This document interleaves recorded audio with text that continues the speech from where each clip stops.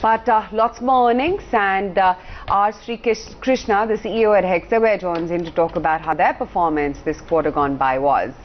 Mr. Srikrishna, good to have you on the show. You know, I'm just looking at your numbers, and your revenue growth slowed in a seasonally strong quarter. What was the impact of furloughs in few clients, and how will delay in deal ramp-ups shape up the near-term growth?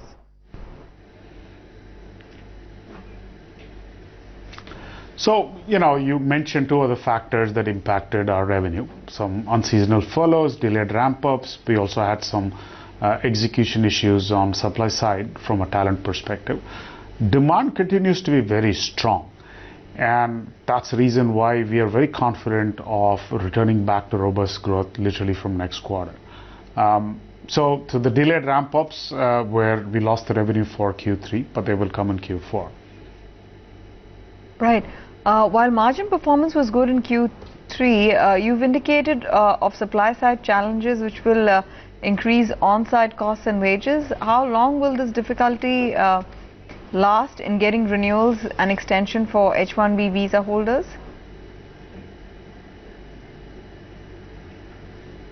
So what we expect will happen is that we can actually get a little bit better pricing from our customers.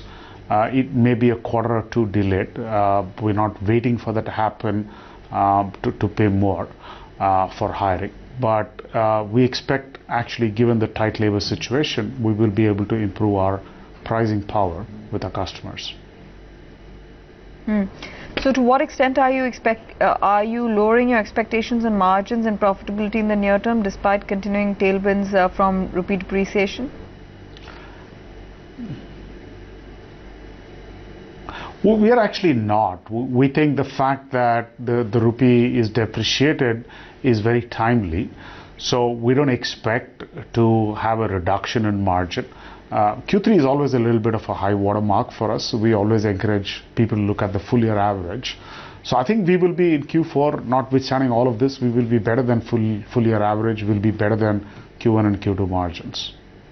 Right. You signed about 3 new clients with $25 million TCV, but 9 months deal win numbers are trailing last year so far.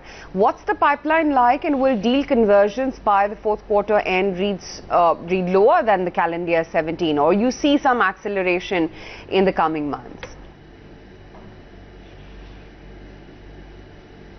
So we are fairly confident that we will end the year at a number which is higher than 2017. We have very robust short-term pipeline, which we expect to close in Q4. Many customers sign deals ultimately in Q4. So we are fairly confident. There's no certainty, but we are fairly confident that we will end the year better than 2017 was. Okay. You've trimmed your CY 18 growth guidance by 100 basis points and now see 11 to 12% growth this year. Is this due to seasonality and near-term client-specific challenges, or there's a change in demand environment for CY 19? Actually, the demand is very robust. So it is only as a result of some of the factors we spoke about. We lost some revenues in Q3, and there's not enough time to make up. Also, you know, about half the reduction in the guidance of 1% is essentially due to currency. You know, Q2 to Q3, we lost further 50 bips on currency. So there was currency, and there was some, you know, loss in Q3. That's the reason why we've reduced our guidance. We don't like to surprise anyone. But we don't see a challenge in demand at all. And we are looking forward to a robust 19.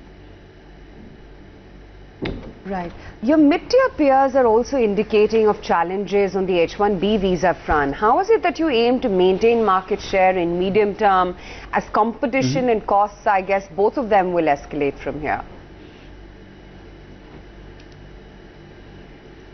Yeah.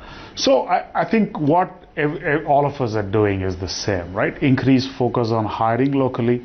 Not just hiring lateral talent locally, but increased focus on hiring from colleges, investment in skill creation programs locally.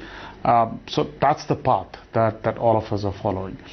For us, we have an additional avenue of being able to fulfill, which is from our Mexico center. So we have a large ODC in Mexico, and That's a separate visa category called TN visa, from where we are able to get talent into the US as well. Okay, fair enough. Thanks very much for joining in and giving us those details. We wish you the very best for the future. Thanks for being candid with us. Thank you.